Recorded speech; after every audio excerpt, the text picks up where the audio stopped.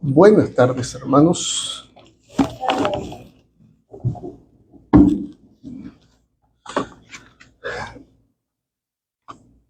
Ayer conversaba con un joven y le preguntaba qué era el Evangelio.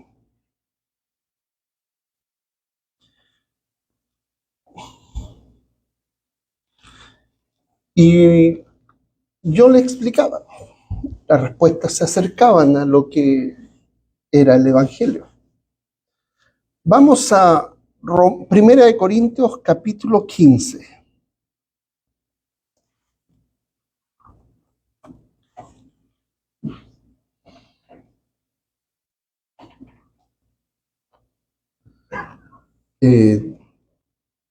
Desde una roca que salga agua,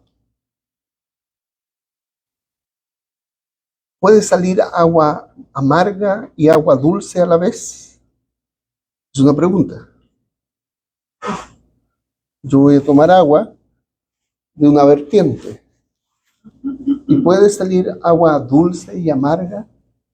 Eso no dice el texto todavía. ¿Puede salir agua dulce y amarga a la vez?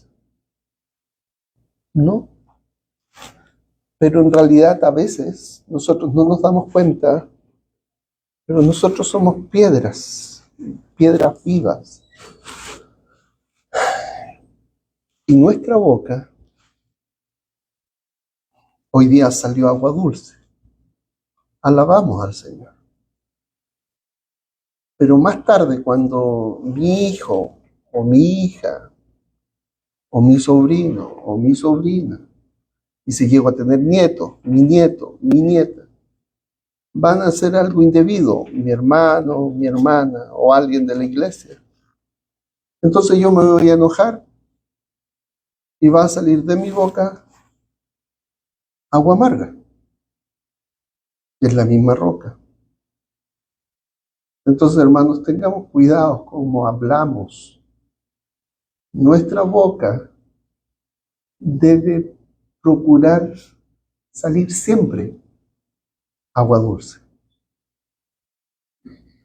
No debe estar en nuestra boca malas palabras, ni palabras que busquen la venganza o la destrucción del otro, porque nos hirieron. Y yo justifico mi pecado por lo que hicieron conmigo. Eso no debe ser. Nosotros somos rocas vivas y que de la cual debe surgir solo agua dulce, no dulce y amarga. Es una cita en realidad de la carta de Santiago, el hermano del Señor. Pero, ¿por qué estoy diciendo esto? Porque el evangelio que creemos debe notarse en nuestras vidas y también en nuestras palabras. 1 Corintios 15:1 dice: ahora les hago saber, hermanos, el evangelio que les prediqué, el cual también ustedes recibieron, en el cual también están firmes, por el cual también son salvos, si retienen la palabra que les prediqué, a no ser que hayan creído en vano. Lo interesante, cuando dice en vano, el apóstol Pablo había o va a decir que si es que Cristo no resucitó, vuestra fe es vana. El mensaje del evangelio tiene que ver con Jesús. El tema central es una persona, Jesús. El core del evangelio es Jesús, el Hijo de Dios. No son tus problemas emocionales, no son tus problemas familiares, no son las cosas que están pasando en esta nación, ni siquiera es tu salud, ni mi salud. No son las pérdidas que yo he tenido, ni las ganancias que yo he tenido. No es mi prosperidad ni mi pobreza. El tema del evangelio es una persona, Jesús, el Hijo de Dios. Versículo 3, porque yo les entregué en primer lugar lo mismo que recibí. ¿Qué recibió Pablo? Él recibió un tesoro. Él recibió algo y de Dios mismo. Algunos somos tan duros de cabeza que necesitamos que un ángel se nos aparezca para que podamos entender. Otros son más duros, tiene que presentarse el mismo Jesús para decir, yo soy el que soy. A todo esto, entonces, no se sorprendan de esos grandes testimonios de personas que sueñan, de personas que se les aparece Jesús. ¿Por qué? Porque eso también pasa. Pero pasa. ¿Por qué? Porque son tan duros de cabeza y de corazón que es necesario que Jesús mismo se levante y venga a conversar con ellos. Entonces, qué bueno que se les apareció. Entre los musulmanes está pasando eso. Los musulmanes, enemigos de Israel y enemigos del cristianismo, personas están soñando con Jesús. Se les aparece un ser de luz que le habla acerca del Evangelio. Y empiezan a leer la Biblia y se convierten. Tan duros de corazón, tan duros de cabeza, que si no se les aparece Jesús mismo, no creen. Bueno, el asunto es que, vuelvo a decir, el centro del Evangelio es Jesús. ¿Y qué es este? Que Jesús es el Mesías, el Cristo. Hay tres características del Mesías que tenía que cumplir Jesús. Primero, ser el portavoz de Dios, el que hablaba, por quien Dios hablaba. Hebreos capítulo 1, versículo 1 nos dice, Dios habiendo hablado de muchas formas, muchas maneras, en el pasado por los profetas, pero en este tiempo nos ha hablado por el Hijo. Jesús es por medio del cual Dios nos habla. Jesús el Cristo. Cuando está diciendo Cristo, está refiriéndose a Mesías. ¿Y quién era un Mesías? O el Mesías era aquel que era designado para una obra en particular. ¿Cuál? Ser profeta, ser sacerdote y ser rey. Y Cristo es eso, es el profeta. Y cuando digan que Mahoma es el profeta de Dios, mentira. Jesús, el Cristo, es el profeta. Jesús, el Cristo, cuando decimos que es Cristo, Mesías, es aquel que se derramó el Espíritu del Señor para designarlo, ¿qué más? El sumo sacerdote, el mediador entre Dios y los hombres, Jesucristo hombre. Y cuando venga el catolicismo y nos diga que María es mediadora, mentira, porque el único mediador entre Dios y los hombres, Jesucristo, hombre. Entonces, Jesús es el Cristo, estamos diciendo que es profeta, sacerdote y el Rey de Reyes. Y con todo el respeto que me merece el presidente Trump tendrá que doblar su rodilla ante el Rey de Reyes, Señor de señores. Y nosotros, al igual que Él, ya hemos doblado nuestras rodillas. Y si no lo ha doblado este caballero, la va a tener que doblar frente a aquel que no es americano, que es Rey de Reyes y Señor de señores. Y muy posiblemente el color de la piel que el Señor Jesucristo tenía se parece más al de ustedes que al mío inclusive. Interesante eso. Ahora, Jesús es el Cristo, implica que Él es el dueño, el creador, el sustentador, el Señor. Pero en términos humanos, particularmente se refiere a que Él es el profeta, Él es sumo sacerdote, Él es el Rey. Y aquí, como les he enseñado durante el último año, cuando decimos que Él es el sumo sacerdote, implica que Él llegó a ser sumo sacerdote cuando resucitó.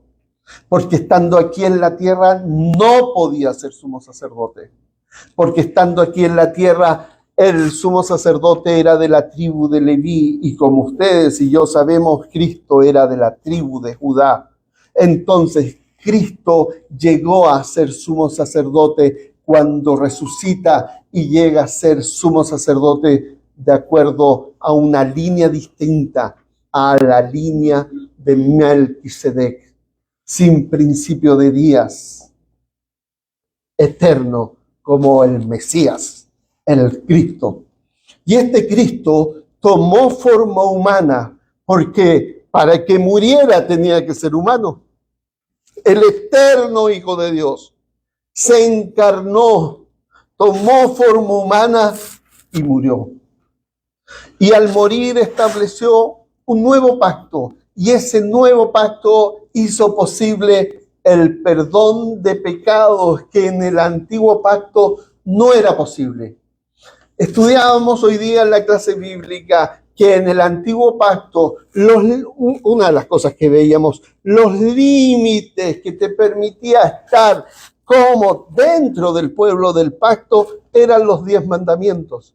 Si tú quebrabas uno de los 10 mandamientos, uno solo, tomar el nombre del Señor tu Dios en vano, si tú quebrabas uno, es tan así que los judíos dijeron, borremos el nombre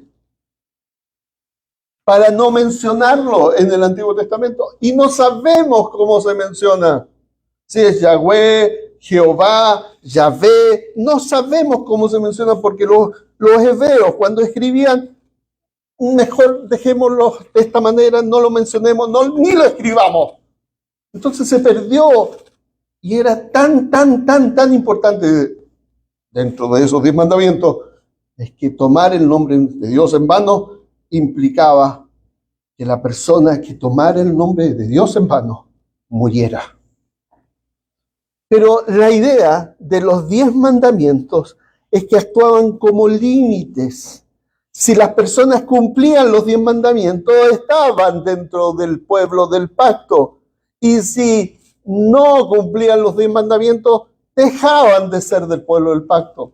Y no había sacrificio alguno, o ofrenda de expiación alguna, o ofrenda por el pecado alguna, ninguna forma de limpiar el pecado de aquellos 10 mandamientos. Y entonces, finalmente Israel quebró todos esos mandamientos una y otra vez. Implicó que estaban fuera del pacto. Entonces Dios hizo un nuevo pacto. Y ese nuevo pacto es en base a la muerte de Jesús, el derramamiento de la sangre para remisión de pecados. Y como consecuencia de ese pacto, tú y yo, si hemos creído, tenemos perdón de pecados. Y acá, bellísimo texto, cuando termina diciendo el versículo, conforme a las Escrituras. Los que han estado en la clase bíblica, los que han estado escuchando, los que he estado compartiendo en el grupo de la iglesia respecto a las clases bíblicas los domingos, el hermano Miguel dijo algo bellísimo, dijo, conforme a las Escrituras. Está en lo que estamos aprendiendo. En Génesis, Éxodo, Levítico, Número, Deuteronomio, encontramos el Evangelio, pero si lo sabemos leer. Porque he tenido la oportunidad de compartir con varios hermanos y pastores, les he preguntado qué es el Evangelio. Y todos, y la mayoría de ellos, se centran en la restauración de mi vida, el perdón de mis pecados, la restauración familiar. Todos se centran en las consecuencias del Evangelio, o una gran mayoría se centran en las consecuencias. Pero muy pocos dicen esto, que Jesús es el Cristo, que murió por mis pecados y que resucitó. Y un saludo a mi querido hermano César, que nos tradujo la vez pasada. Y cuando él estuvo, dice, tú preguntaste a cada uno si creían, en los bautismos, si creían que Jesús era el Cristo, que murió por sus pecados, y que si Cristo había resucitado. Y a él le llamó tanto la atención que yo preguntara si él creía que había resucitado. ¿Por qué? Porque de nuestros púlpitos, aún de los púlpitos bautistas, el énfasis de la resurrección se ha perdido. Y comienza Pablo: sin resurrección, tu fe es vana, es vacía, no significa nada sin resurrección. Entonces, volvamos. Jesús, el Cristo, murió por nuestros pecados, conforme a las Escrituras. Y el conforme a las Escrituras, como hemos visto en los diferentes ofrendas y sacrificios de Levítico, podemos ver expuesto el plan de Dios de la encarnación, de su vida perfecta, de su muerte, de su resurrección, de su entrada en los cielos, de su entronización. Todo esto en las Escrituras del Antiguo Testamento. ¡Qué maravilloso! Fíjense el versículo 4, que fue sepultado y que resucitó al tercer día. Y de nuevo dice, conforme a las Escrituras. ¿Qué significa conforme a las Escrituras? Significa que lo que Jesús experimentó en su vida, en su muerte, en la tumba, en su resurrección, ya estaba escrito. Y a veces sencillamente no lo sabemos leer. Todo esto conforme a las Escrituras. Vamos a Hebreos capítulo 9.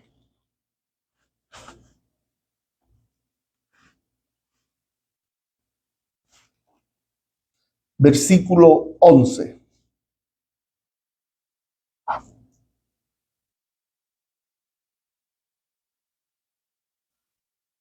Hebreos capítulo 9, versículo 11. Y acá el versículo comienza diciendo que cuando Cristo apareció como sumo sacerdote de los bienes futuros, ¿cuáles son? ¿Cuándo? La pregunta es simple. ¿Cuándo Cristo aparece como sumo sacerdote?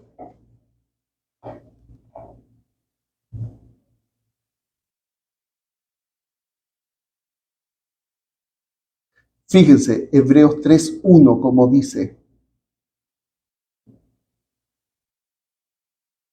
La pregunta fue, ¿cuándo Cristo aparece como sumo sacerdote? Hebreos 3:1. Por tanto, hermanos santos, participantes del llamamiento celestial, consideren a Jesús, el apóstol y sumo sacerdote de nuestra fe.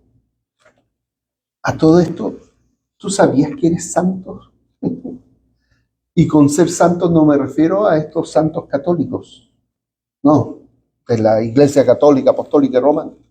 Me refiero a que tú eres apartado por Dios y para Dios, y que tu vida debe reflejar que tú eres apartado por Dios y para Dios. Nuestro lenguaje debe reflejar que somos apartados por Dios y para Dios. Y cuando nos enojamos, debe reflejar que somos apartados por Dios y para Dios. Y en nuestro trato debemos reflejar que somos santos. Y que cuando nosotros piquemos, debemos decir eso estuvo mal. Y tenemos que corregirlo. No podemos decir, ustedes saben que soy así, ¿para qué me invitan? ¿Ya? No, si soy cristiano, yo soy santo. Si tú eres de Cristo, tú eres santa. Y que tienes que procurar vivir santamente. Tu trato con tu esposa, con tus hijos, debe reflejar la ternura con la que Dios te trata. Ok, verso 3, capítulo 3, verso 1 dice, por tanto, hermanos santos, participantes del llamamiento celestial. Cuando dice participantes del llamamiento celestial, quiere decir que Él te llamó para ser ciudadano del cielo. Él te hizo de este nuevo pueblo, del nuevo pacto. Bueno, consideren a Jesús. Hay un texto en Hebreos 12:1 que dice, puestos los ojos en Jesús, el autor y consumador de la fe. Luego, unos versículos más adelante de Hebreos 12 dice, sin santidad nadie verá al Señor. Ok, ¿cómo así? Fíjense este versículo, Hebreos 1. Por lo tanto, hermanos, santos, si tú andas no santamente, si tu corazón se llena de amargura, resentimiento y malos pensamientos, tú no verás a Jesús actuando en las circunstancias del día a día. Tú creerás que estás abandonado. Puesto los ojos en Jesús, el autor y consumador de la fe. Pero si tú no vives santamente, estas dos cosas no se van a producir. Pero si tú vives santamente, tú vas a poder poner los ojos en Jesús y ver cómo Él está trabajando en tu vida a través de las circunstancias. Las circunstancias no producen lo que hay en mi corazón. Las circunstancias lo único que hacen es muestran lo que hay en mi corazón. Si en tu corazón hay incredulidad, si en tu corazón hay enojo, si en tu corazón hay resentimiento, amargura, las circunstancias se van a encargar de mostrártelas. Y te vas a olvidar de mirar a Jesús. Y cuando aparezca tu enojo, tu amargura, tus malas palabras, todo lo que aparece con las circunstancias, tienes que decir, ups, estoy mal. Tengo que volverme a Jesús y mirarlo a Él. Porque yo y tú somos desafiados para mostrar el Evangelio, no solo en palabras, sino también en nuestras vidas. En nuestras vidas y en nuestras palabras. ¿Por qué? Porque somos participantes de este llamamiento celestial. Somos ciudadanos del cielo y nuestra ciudadanía celestial no comienza cuando morimos. Comienza cuando hemos creído en Cristo. No comienza en el momento en que te mueras, biológicamente hablando. Comienza cuando creíste en Cristo como Señor y Salvador. Eres ciudadano de los cielos. Eres participante de este llamamiento celestial. Y tu vida ha de reflejar que eres ciudadano celestial. En palabras y en hechos. Fíjate, Hebreos 4:14.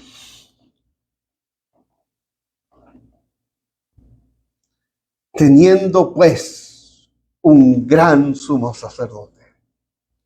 ¿Qué quiere decir con esto de teniendo un gran sumo sacerdote? Acuérdense cómo llegó Jesús a ser este gran sumo sacerdote.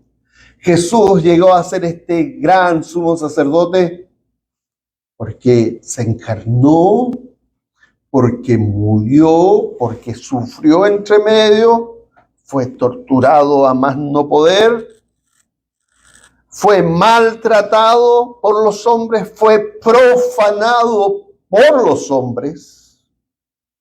Y sin embargo, Dios lo resucitó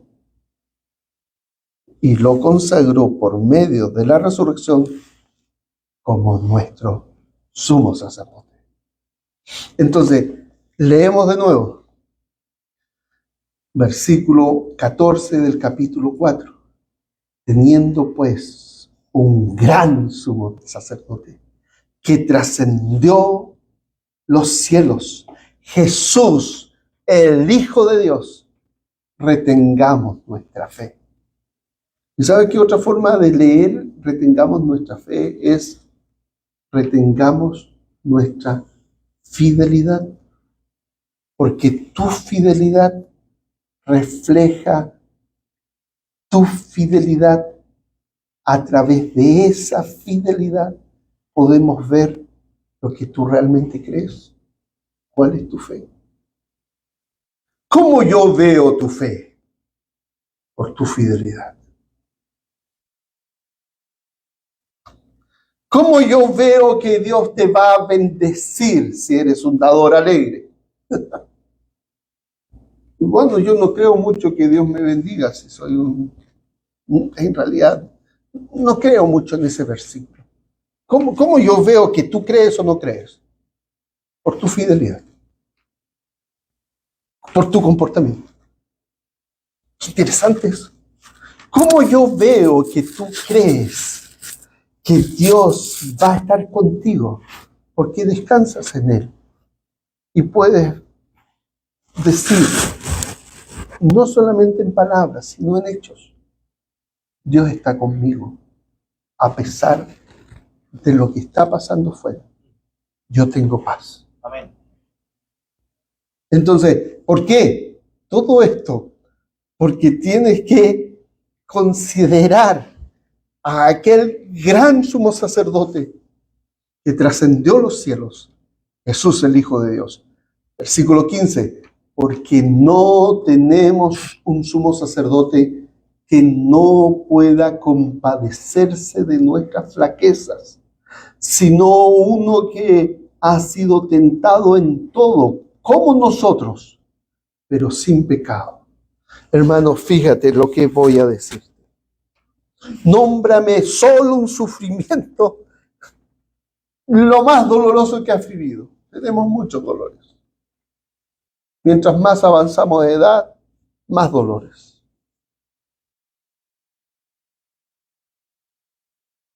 Todos ellos, Jesús los comprende. Todos ellos. Ese es nuestro gran sumo sacerdote.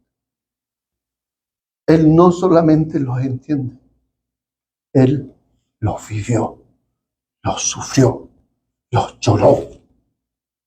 Ese es nuestro gran sumo sacerdote que puede compadecerse de nosotros, de nuestra flaqueza, de nuestras debilidades, de nuestras luchas, de nuestros dolores, porque Él las vivió.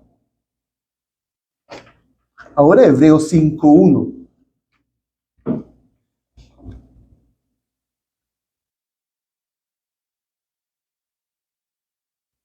Dice, porque todo sumo sacerdote tomado entre los hombres es constituido a favor de los hombres en las cosas que Dios se refiere para presentar ofrendas y sacrificios. Aquí está hablando de los sacerdotes de Leví. Verso siguiente. Verso 2. Puede obrar con benignidad para con los ignorantes y extraviados, puesto que él mismo está sujeto a flaquezas. Por esta causa está obligado a ofrecer sacrificios por los pecados, tanto por sí mismo como por el pueblo. Nadie toma este honor para sí mismo, sino que lo recibe cuando es llamado por Dios, así como lo fue Aarón. ¿De qué está hablando? Del llamado para ser sacerdote. De eso es el contexto. De ahí tenemos que entender el versículo 5. De la misma manera, Cristo no se glorificó a sí mismo para hacerse sumo sacerdote, sino que lo glorificó el que le dijo, Hijo mío eres tú, yo te he engendrado hoy. Toda esa expresión no habla de que Jesús tenga un origen, sino de que habla de que fue proclamado como sumo sacerdote en el momento de su resurrección. Versículo 6, como también dice otro pasaje, tú eres sacerdote para siempre, según el orden de Melquisedec. Leamos el 7 también. Cristo en los días de su carne, habiendo ofrecido oraciones y súplicas con gran clamor y lágrimas, al que lo podía librar de la muerte, fue oído a causa de su temor reverente. Y aunque era hijo, y aquí impresionante, aprendió obediencia por lo que padeció. Y aquí aparecen una serie de preguntas que quizás ustedes no se dan cuenta. Primero, ¿qué significa esto? Habiendo ofrecido oraciones y súplicas con gran clamor y lágrimas al que lo podía librar de la muerte, fue oído a causa de su temor reverente. ¿Qué significa librar de la muerte? Evitar la muerte. Es decir, Jesús estaba pidiendo no morir. No. En su oración era vencer la muerte. Impresionante. En otro texto, en Hechos capítulo 2, habla de fueron sueltos los dolores de la muerte. Acá librar la muerte significa básicamente resucitar. Y por eso dice el versículo, fue oído a causa de su temor reverente. Él triunfó, resucitó. Y fíjense el versículo 8, y aunque era hijo, aprendió la obediencia. ¿Cómo? ¿Qué significa? Recuerden que él era el Señor de señores. Nunca había obedecido a nadie. Tuvo que aprender a obedecer.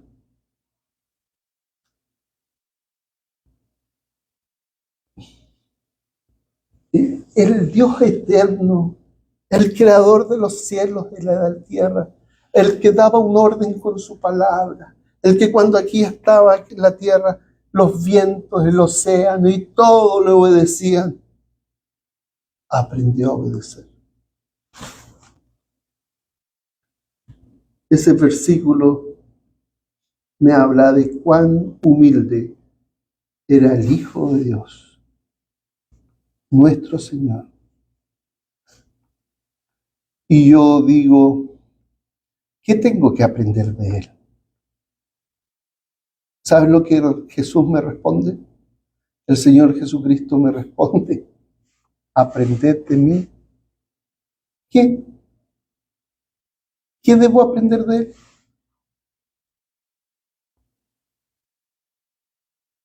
¿Qué debo aprender de Él? Aprended de mí que soy manso y humilde. ¿Y nosotros qué aprendemos? De nuestros padres a ser mensos y orgullosos. Y mientras uno es adolescente, es más menso. Y se le va quitando de a poco. Pero algunos se quedan en la etapa de adolescencia. Y no me digan lo que tengo que hacer, porque yo sé lo que tengo que hacer. Hermanos, no sabemos. Porque no tenemos idea qué significa mansedumbre y humildad.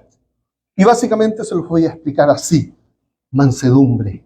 Un animal grande que tengan, un animal grande, el perro más grande que se imaginen. No me gusta el ejemplo del perro, pero el perro más grande, y uno le dice, no, si es mansito. Pero uno lo ve y se asusta.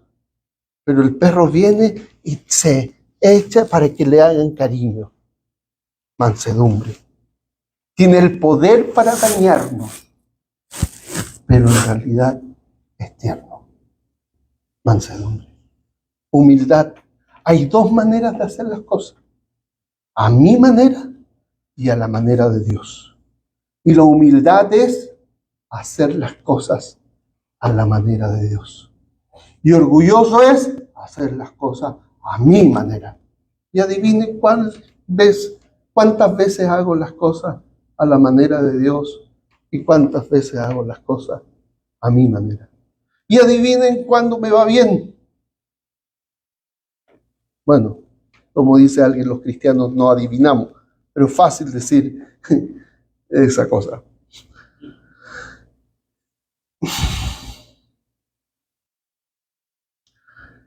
Versículo 10 de Hebreos 5. Siendo constituido por Dios como sumo sacerdote, según el orden de Melquisedec.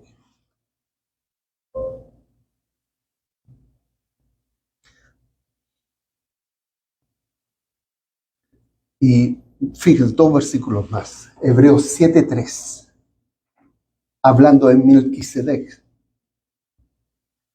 Sin tener padre, Hebreos 7:3, sin tener padre ni madre y sin genealogía, no teniendo principio de días ni fin en la vida, siendo hecho semejante al Hijo de Dios, permanece sacerdote a perpetuidad. Y finalmente el 16 de Hebreos 7, que ha llegado a serlo, o sea, llegar a ser sumo sacerdote, no sobre la base de una ley de requisitos físicos, o sea, no por la herencia biológica, sino que según el poder de una vida indestructible. ¿Cuándo Cristo llegó a ser sumo sacerdote?